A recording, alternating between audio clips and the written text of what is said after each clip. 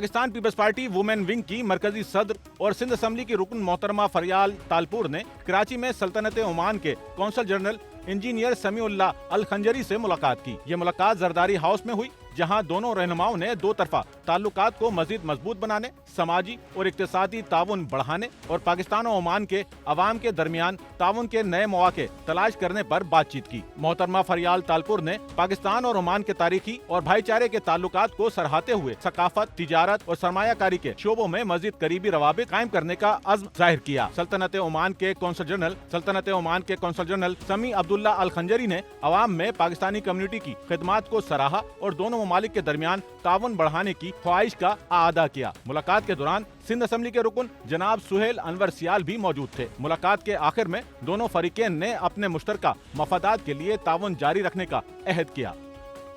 Sachal news network की videos में खुशामदीद। नाजरीन, वीडियो से मुतालिक अपनी कीमती राय का इजहार कमेंट बॉक्स में ज़रूर करें और चैनल को सब्सक्राइब करें।